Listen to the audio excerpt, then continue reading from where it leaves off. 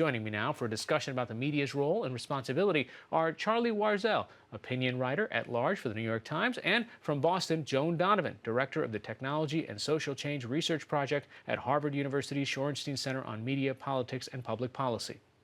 Charlie, let me start with you. This was designed to go viral. How?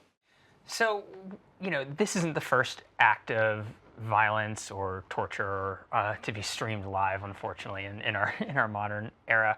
What was different about this was, in my mind, the premeditated nature and sort of rather meticulous planning that went into setting up, a couple of Twitter accounts that were created earlier this month to show pictures of some of the weapons that the shooter used, some of the body armor, to set up links to this manifesto, to a couple of other documents.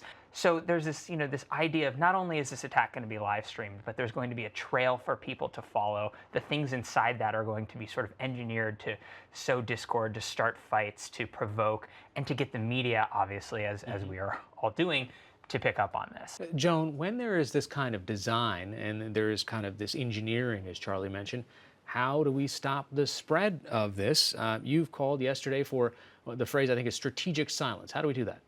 Yeah, so my research really centers on the ways in which press has interacted with white supremacists since the 1920s. That's one of the things that I research. I think journalists' responsibility in this moment has been really heightened by the fact that this person is really able to control the narrative by distributing this content online, which shifts the burden actually for strategic amplification to platform companies. And although the platform companies have been saying for years, we're trying, in moments like this, we actually need results. But Charlie, how do we, that idea that we are actively contributing to amplifying this signal, so how do we report on it, which is still important, but in a way that doesn't fall into the trap that Joan is laying out?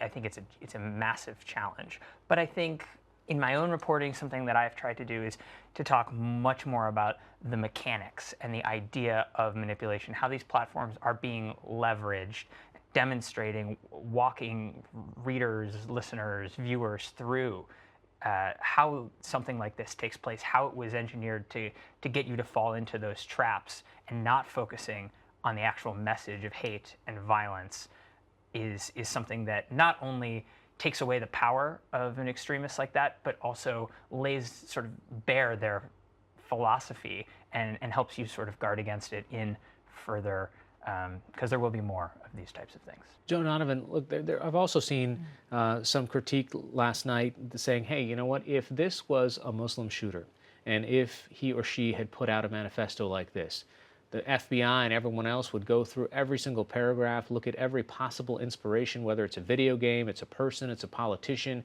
and lay the blame squarely at their feet. Are we giving this instance some sort of a double standard?